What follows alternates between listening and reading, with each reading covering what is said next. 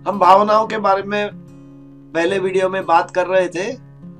उसमें क्या क्या बात किया, हमें पता चला कि भावना बहुत महत्वपूर्ण है। भावनाओं के बिना हम जीने में मजा नहीं आता है। जब हमारी भावनाओं बदलते रहती है, सुख दुख सब जो होता है, उसी से जीवन की ऊर्जा मिलती है, उसी से जीवन में मजा आता है।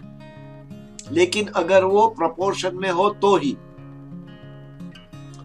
अगर वो एक्सट्रीम में हो, बहुत ही ज्यादा में हो, तो हर भावना के दुर्गुण है।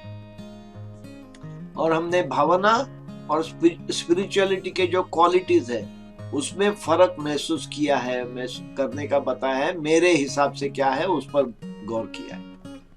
शायद आप वो माने या ना माने, मैंने अपना ओपिनियन आपके सामने बता दिया है।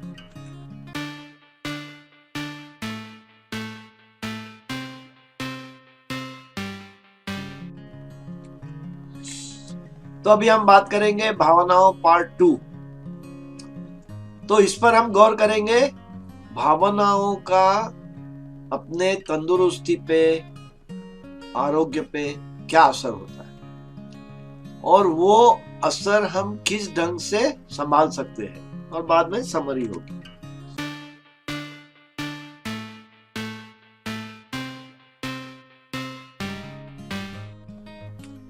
तो अभी हम शुरुआत करते हैं भय से। भय भय काफी गहरी चीज है। हम उसे ऐसे ही बात कर लेते हैं, लेकिन हम अगर गौर से देखें तो ध्यान में आता है कि हमारे बदन को कई अलग अलग लेवल पे वो असर कर जाता है। अगर किसी को एक्सट्रीम भय हो गया, समझ लो बच्चे को बहुत जोरों से डांटा, या कोई किसी को एकदम बड़े इंसान को भी बहुत घबराहट हो गई, तो कभी कभी वो सुसु करके चड्डी गीली कर सकते हैं। पसीना तो आता ही है। उसके अलावा आपका हृदय का ठोका धड़ धड़ धड़ धड़ हो सकता है, चेहरा सफेद हो सकता है, पसीना तो बहता ही है। और ये कभी कभी आप एक पिक्चर देखते वक्त भी हो सकता है। उसका मतलब हुआ कि पिक्चर देखते वक्त आप बैठे हुए हैं, आप कुछ भागदौड़ नहीं कर रहे, लेकिन वो सीन देख के आप सीन में इतनी घबराहट हो सकती है कि ये सब असर हो सकता है। घबराहट लोगों से भी हो सकती है, जगह से भी हो सकती है। और जब भी आप उन लोगों का विचार करो, या उन लोगों के सामने जाओ, या उस जगह के करीब आओ, या जगह पर जाओ, तो आपको बहुत सा डर महसूस हो सकता है। और उस हिसाब से हम कोशिश करते हैं कि वो इंसान से न मिले, उस जगह पे न जाए। जब हमें ये डर ऐसा होता है, वो गहरा अगर हो गया, तो कई बार, कई दिनों के लिए, कई हफ्तों के लिए, और कभी कभी जिंदगी भर भी उसका असर हो सकता है।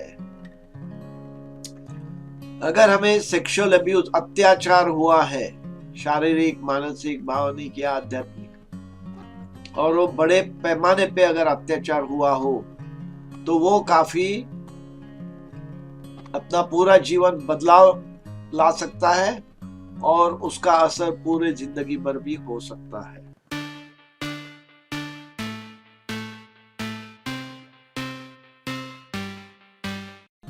अब हम गुस्से के बारे में देखेंगे। हमें पता है अगर किसी को बहुत ही ज्यादा गुस्सा आ गया तो चेहरा लाल बुंद हो जाता है। ये तो हमने देखा है लोगों में। हमें यह भी पता है कि छोटे बच्चे लोगों को अगर ज्यादा गुस्सा आ गया तो कभी वो सांस पकड़ लेते हैं और उनको फिट्स भी आ सकते हैं। उसी तरह हमने सुना है कि अगर किसी को ज्यादा गुस्सा आ गया तो उनको हार्ट अटैक या पैरालिसिस का अटैक आ सकता है, क्योंकि उनका ब्लड प्रेशर बहुत बढ़ जाता है और उससे वो बीमारी हो सकती है, झटका लग सकता है। हमें ये भी पता है कि अगर मुझे गुस्सा ज्यादा आ गया तो मैं ठीक ढंग से सोच विचार नहीं कर सकता हूँ, गलत गलत नतीजे लेके इरेशनल बन सकता हूँ। गुस्से के बारे में हमको ये भी पता है कि अगर वो लॉन्ग टर्म गुस्सा करते रहा कई सालों से, तो लोगों को अल्सर, ब्लड प्रेशर, एसिडिटी, ऐसी बीमारी हो सकती है।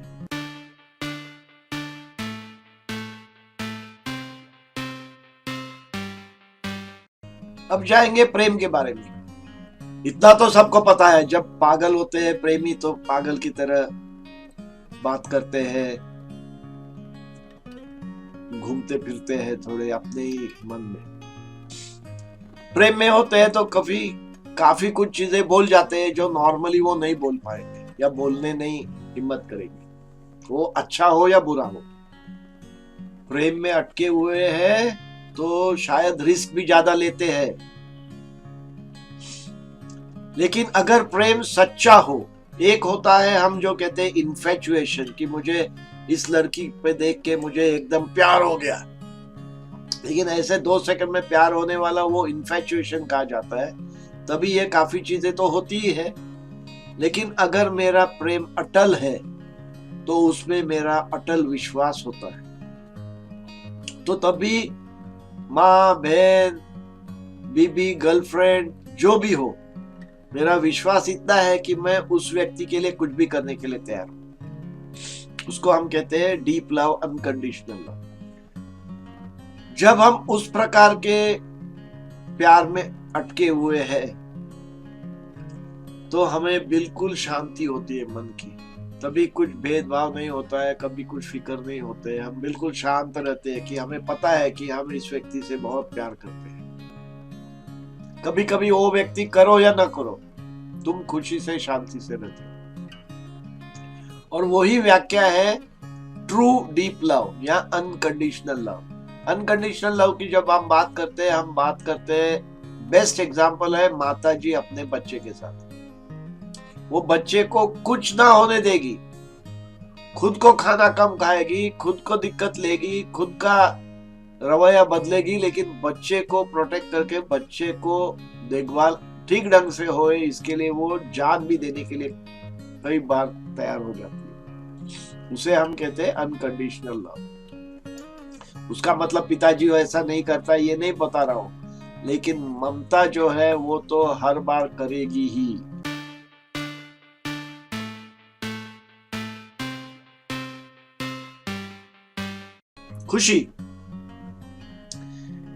खुशी के मारे में जब ज्यादा खुशी होती है तो लोगों को हार्ट अटैक आया हुआ है। ऐसे कहानियां हैं जहां वो ज्यादा खुश होने से झटके में हार्ट अटैक आके मर भी जाते हैं। कई साल पहले की बात है, मुझे ध्यान में है, यूएसए में एक बहुत बड़ी लॉटरी निकली थी और एक व्यक्ति ने वो लॉटरी जीत गई थी। और वो जीतते ही वो लॉटरी टिकट लेके इतना खुश हो गया, तो इसको बड़ा हार्ट अटैक आके वो मर ही गया, खुशी से रह नहीं पाया। जब हम खुश होते हैं तो काफी मर्तबा खाना पीना, नींद भूल जा सकते हैं। और खुशी में हमें जो भी है, गलत भी हो तो भी हमें लगता है जीवन बहुत बढ़िया चल रहा है। तो ये सब फिर अपने परसेप्शन की बात होती है, अलग ढंग से हम सोचना शुरू कर देते हैं।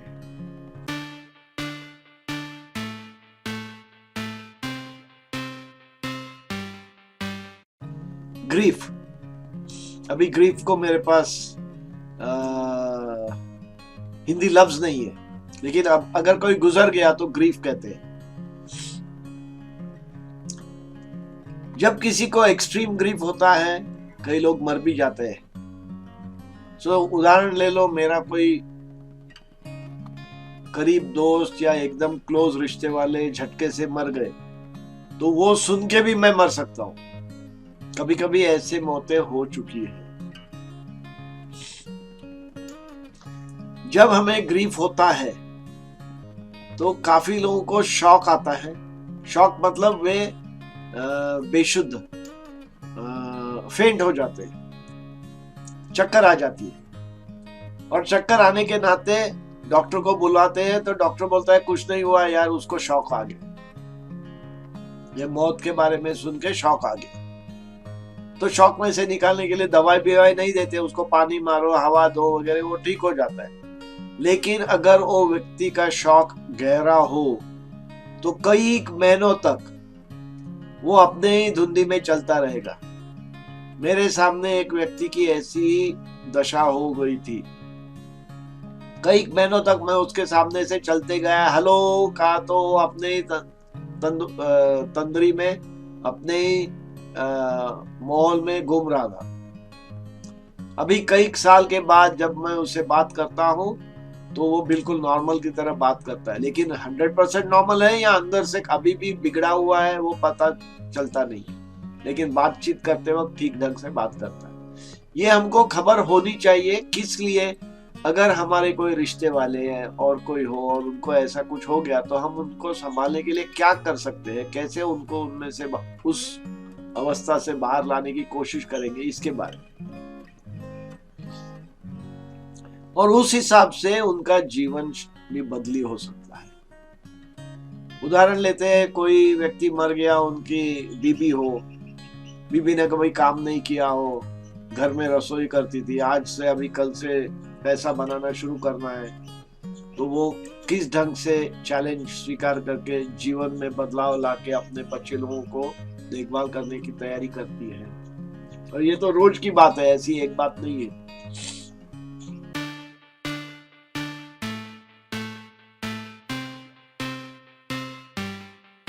हम अपने भावनाओं को अच्छे तंदुरुस्त होने के लिए आरोग्य की तरह कैसे ले जाए। अभी हमने आपको समझाया है कि भावनाओं का असर क्या होता है बदन पे, शारीरिक और मानसिक, और उसको हम थोड़ा सा कम करके बदन को ठीक ढंग पे लाने के लिए किस दिशा में कैसे कर सकते हैं।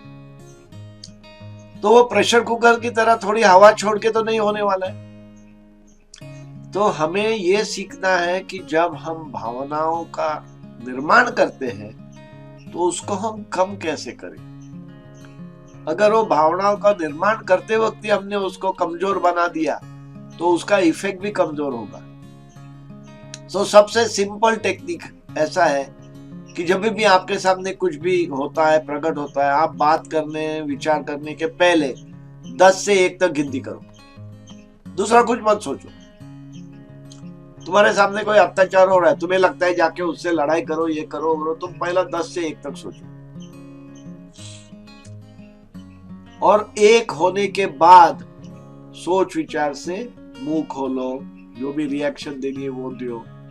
उस 10 सेकंड में आपको क्या होता है, 10 सेकंड में आप उसको पूरा एनालाइज करके पता चलता है कि मैं ठीक ढंग से एक्शन लूंगा। कई बार हम उस सिनारियो से दूर जाना चाहते हैं।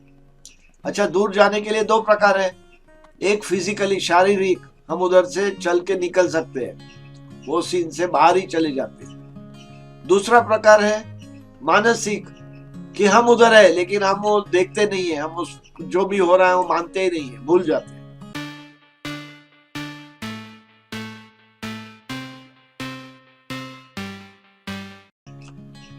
और भावनिक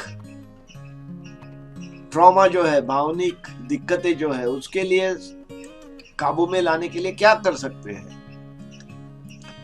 तो learn to live in the moment, मतलब अब हर क्षण में जो करते हो उस पर ही गौर करो। जो कल हुआ था, जो 2 मिनट पहले हुआ था, जो 2 सेकंड पहले हुआ था, उसको भूल जाओ, और जो आगे होने वाला है उस पर भी ध्यान मत दो, क्योंकि आपको ध्यान में आएगा कि जो हो चुका है वो बदल नहीं सकते, वो तो हो चुका है, और जो आगे होने वाला है वो आगे की बात है, अब की बात नहीं है। तो आप अब की बात में अगर रहो, अब के क्षण में रहो तो ठीक रहेगा। आपको फाइट और फ्लाइट रिस्पॉन्स सीखना है, मतलब उसका ठीक ढंग से इस्तेमाल कर सकते हो, अगर हो सके तो कंट्रोल में, काबू में रहा तो। फाइट और फ्लाइट रिस्पॉन्स के बारे में नेक्स्ट वीडियो में, स्ट्रेस के बारे में हम बात करने वाले हैं। किसी भी प्रकार से भावनाओं को, अपने बदन को ढील देना मंजूर नहीं है। जितना हो सके उसको अपने काबू में रखने की कोशिश करो। सबसे अच्छा स्थितप्रज्ञ रहने की कोशिश करो।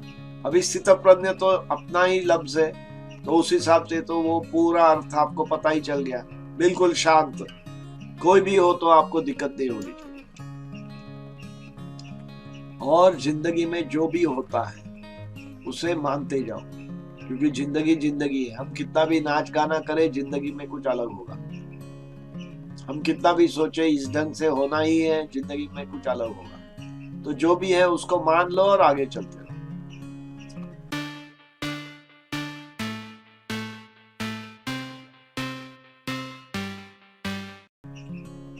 तो हम जब अपनी भावनाओं के बारे में संभालने की बात करते हैं, तो पहला हमें समझना चाहिए कि मेरा खुद का पर्सनैलिटी कैसा है, मेरा नेचर कैसा है। तो खुद को समझो। एक बार खुद को समझ लिया, फिर एक प्लान बनाओ कि हम भावनाओं को कैसे संभालें। सबसे महत्वपूर्ण है कि भावनाओं का जो स्टिमुलस है, जो हम उसको जांच करते हैं, वो जांच करने का ढंग देखो। वो अगर गलती से जांच कर रहे हो तो आपका असर होगा। फिर मैं जवान की और ताली की और घबराहट की बात करता हूँ। अगर मैं ऐसी ताली बजाई और मैं घबरा गया हूँ, लेकिन जवान थोड़ी घबरेगा। जवान बोले क्या चुटकी मार रहा है, मक्खी मारा जैसा। आदत से मजबूर, उसको आदत पड़ गई है कि बम बंदूक का आवाज से ही वो हिलता है, नहीं तो वो भी नहीं हिलता है। हमको आदत ही नहीं है, थोड़ी सी जोर से ताली बजाई तो घबर गए। तो ये अपने अपने मन की परसेप्शन की बात है, हम जिस तरीके से वो स्टिमुलस को जांच करते हैं। जिंदगी में जो भी आए, जैसे भी आए, शांति से एक्सेप्ट करो। स्थितप्रज्ञ होने की कोशिश तो करना ही है। और जब बन जाओगे, स्थितप्रज्ञ बनने की आदत पड़ जाएगी, कूल बनने की आदत बढ़ जाएगी, तो उसको घड़ी घड़ी उसको इस्तेमाल किया करो। तो अभी भावनाओं को मैनेज करना कैसा करना है, सारांश में देखेंगे। हमने तो बताया, उल्टी गिनती करो 10 से 1 तक। अपने वो सिनारियो से, शारीरिक या मानसिक पद्धति से निकल जाओ। स्थितप्रज्ञ बनो। शायद आपको अकेलापन महसूस होगा तो अकेलापन बनना पड़ेगा, वो भी ठीक है। आप अगर कोई जानते हो कि इस माहौल में या इस लोगों से संगति रखने से दिक्कत होगी, तो उनसे दूर रहो। आप अगर पता है आपको कि कई लोगों से मिलने से दिक्कत आएगी, तो उनसे न मिलो या उस जगह मत जाओ जहां आपको डर लगता है या प्रॉब्लम है। अगर आपके कोई ऐसे लोग हो जिनको मिलने से आपको डाउट आता है कि गड़बड़ होने वाली है, तो उनकी लिस्ट बनाओ और ध्यान रखो। वो अगर मिलते ही आप जरा अलर्ट रहना, उस हिसाब से रहना। और इस क्षण में रहने की क्षमता करने की कोशिश करो। इस क्षण में रहने की कोशिश करो।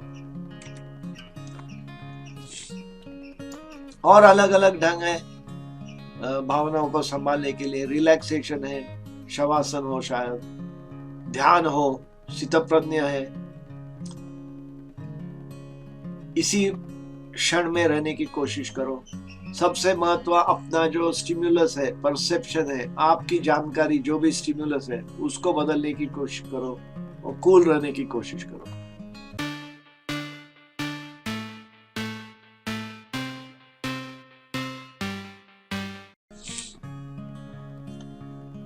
तो जब हम कहते हैं परसेप्शन और स्टिमुला बदलना है, मतलब वो जानकारी जो है, वो टाली के बारे में, अगर वो टाली दिक्कत देने वाली है या नहीं है, इसको हम कैसे बदले। तो पहले ध्यान में आए कि ये हम जो जांच करते हैं स्टिमुलस को, वो हम करते हैं और हम उसको बदली कर सकते हैं। और ये हम अपने जीवन में तो कर ही रहे हैं, लेकिन हम उस पर ध्यान नहीं देते। उदाहरण देता हूं, अगर मेरे घर के बगल में बड़ा हाईवे है और बहुत शोर होता है, या ट्रेन लाइन है और बहुत शोर होता है, वो शोर होते हुए भी मैं मेरी पढ़ाई कर सकता हूँ। शोर होते हुए भी घर का काम काज चलते रहता है। घर में सब चुपचाप नहीं बैठते, गप्पे मारते हैं, टीवी देखते हैं, सब होता है। उनको आदत पड़ जाती है। उल्टी आदत भी पड़ सकती है। कल वो रास्ता शांत हो या रेलवे ट्रेन बंद हो, तो आपको लगता है कुछ बिगड़ गया। उसी तरीके में अगर कहीं भीड़ हो और भीड़ में कुछ आप पढ़ाई कर रहे हो तो आप उधर भी पढ़ाई करने वाले लोग हैं। अरे आपको कैसा जमता है, हमको बड़ी शांति चाहिए, एक कमरा चाहिए, ये सब नाटक जो हमने लगा रखा है, ऐसी कोई जरूरत नहीं है। हो तो अच्छी बात है। उसी तरीके से कभी कभी आपको भावनाओं के हिसाब से कठिनाई भी आएगी, जिसमें से आपको बहुत दिक्कत होगी कि वो हमारा परसेप्शन कैसा बदले। फिर एक मैं उदाहरण देता हूं। अगर मेरे पिताजी मेरे को बहुत जोरों से डांट पड़ती है या जोरों से बात करते हैं, जब भी बात करनी हो आनंद इधर आ, क्या करता है, मेरा सुन, ऐसे अगर बोलने की आदत हो तो शायद बचपना में मैं उसको घबर जाता हूं और ये रोज रोज सुन के मेरे को बुरा लगता है और अच्छा भी नहीं लगता। लेकिन मैं पिताजी से भाग तो नहीं जा सकता, तो मैं सांत्वना कैसे कर सकता हूं मेरे मन में? मैं उसी के लिए अलग ढंग से सोच सकता हूं। कैसे सोचना है? मैं ऐसा सोच सकता हूं कि मेरे पिताजी मुझे बहुत प्यार करते हैं और उनको वो प्यार जताना ठीक ढंग से नहीं आता, इसके लिए वो शोर मचाते हैं, इसके लिए वो बोमा बोम करके मुझे आवाज लगाते हैं। उनका हेतु बुरा नहीं है, वो बहुत अच्छे इंसान है। और इस ढंग से अगर मैं सोचने लगा तो जब भी वो बोमा बोम करते हैं मुझे इतना बुरा नहीं लगता है, मुझे लगता है वो प्यार से बुला रहे, तो उससे दिक्कत नहीं होती। तो ऐसे सोचने के भी ढंग है और लोग ऐसे सोच के भी जीते हैं।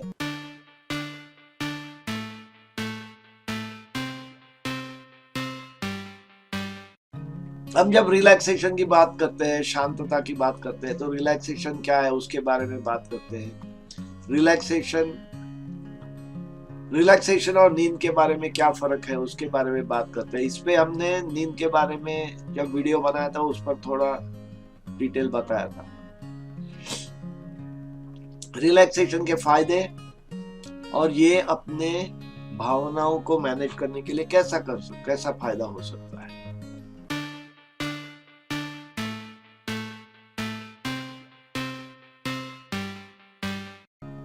ध्यान का कैसा फायदा है? ध्यान सीख लो।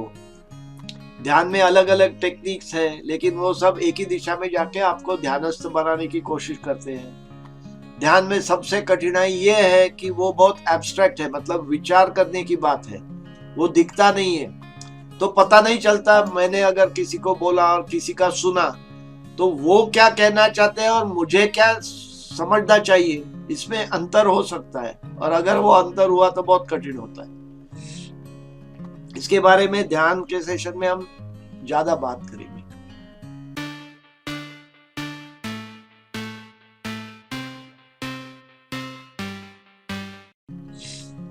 स्थितप्रज्ञ होना मतलब क्या?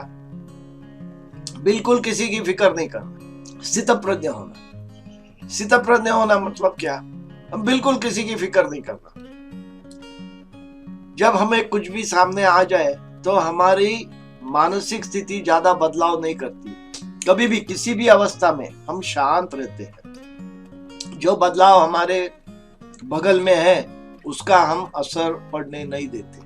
इसी क्षण में रहने की आदत, तो हम जो काम कर रहे हैं उस पर गौर करते हैं, पास्ट को भूल जाते हैं।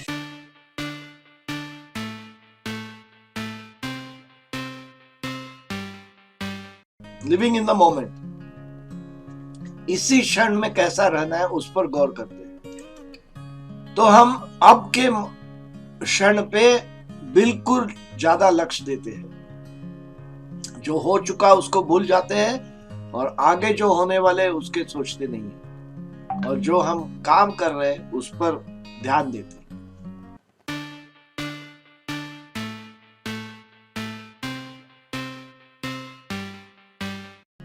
शांति से जो भी हो रहा है जिंदगी में उसको मान लो।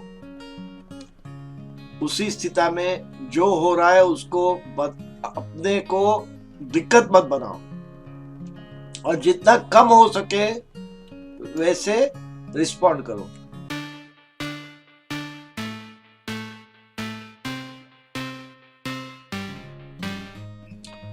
तो अभी आखिरी में आया हेल्थ बेनिफिट टाइम कि किसके बारे में हमने बात की। हमने काफी कुछ चीजें इमोशंस के बारे में, भावनाओं के बारे में बात की। अलग अलग भावनाएं हैं, उसके बदन पे क्या असर होता है, वो भावनाओं को मैनेज करने के लिए किस ढंग से देखा जा सकता है, कोई कोई चीजें से कैसे हम उसका फायदा कर सकते हैं और अपने को बदलाव करने के लिए कैसा फायदा कर सकते हैं, ये सब हमने देख लिया।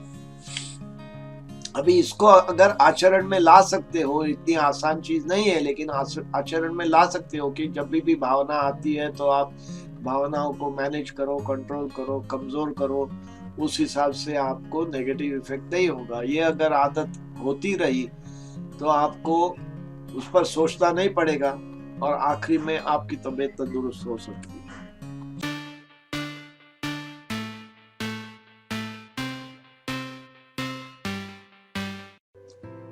अभी थोड़ा सा मेरे बारे में, मैं पूना में होता हूँ, एक्यूपंक्चर निसर्ग उपचार का क्लिनिक चलाता हूँ, सूर्य नमस्कार सिखाता हूँ। हमें सिखाने के लिए 8 घंटे लगते हैं। 8 हफ्ते में एक बार 1 घंटे का क्लास होता है। हमारा सूर्य नमस्कार 70 प्रकार के लेवल्स ऑफ डिफिकल्टी है और उस हिसाब से हम हर व्यक्ति को जितना उनकी कुवत है, उनकी कैपेबिलिटी है, उस हिसाब से हम सिखाते हैं। हम निसर्गोपचार को साइंटिफिक बेसिस पे लाने की कोशिश जारी है। मैं शिवाम्बू का तज्ञ होने के नाते शिवाम्बू का प्रचार करता हूँ। गए 4-5 सालों से मैं ऑनलाइन क्लिनिक लोगों को फायदा करने के लिए मदद की हिसाब से करता हूँ। अगर किसी को कोई सवाल हो तो मुझे ईमेल पे कांटेक्ट करें और मैं उनसे सलाह जरूर दूंगा। आजकल 4-5 सालों से पूरे विश्व में लोग मुझे कांटेक्ट करते हैं और काफी लोगों को फायदा हो चुका है। अभी जो मैं ये मालिका चल रही है, ये 2 महीने से चल रही है और आप लोगों ने अच्छा प्रतिसाद दिया है। उस प्रतिसाद के हिसाब से हमारा भरोसा बढ़ गया है और अभी हमें लगता है कि हम अगले 2 महीने के जो ये मालिका चलती रहेंगी, हर हफ्ते में एक वीडियो, उसका भी आप फायदा लोगे और अपनी तबीयत तंदुरुस्त होने के लिए, निरोगी रहने के लिए, निरोगी बनाने के लिए कोशिश जारी रहेगी, ऐसी उम्मीद है। यहाँ मैं आप समाप्त करता हूँ और 1 हफ्ते में फिर मिलेंगे।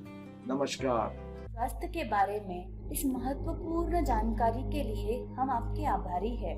यह मालिका 15 से 22 भाग की है। इसमें अपने शरीर को तंदुरुस्त बनाने के लिए मदद होगी। ये मालिका आपको ज्ञान और शरीर को स्वस्थ रखने के लिए मार्गदर्शक बनेगी। हमारी ऑनलाइन शैक्षणिक और सपोर्ट सुविधा आपके स्वास्थ्य संवर्धन के लिए प्रस्तुत है। आपके संबंधित प्रश्न ईमेल कीजिए। आपको संक्षिप्त में हेल्थ सायरन की खबर और हमसे जुड़ने की जानकारी। अगर आपको यह वीडियो पसंद आया तो इस चैनल को लाइक और सब्सक्राइब करना ना भूलें। Download app Health Siren for all health solutions at your doorstep.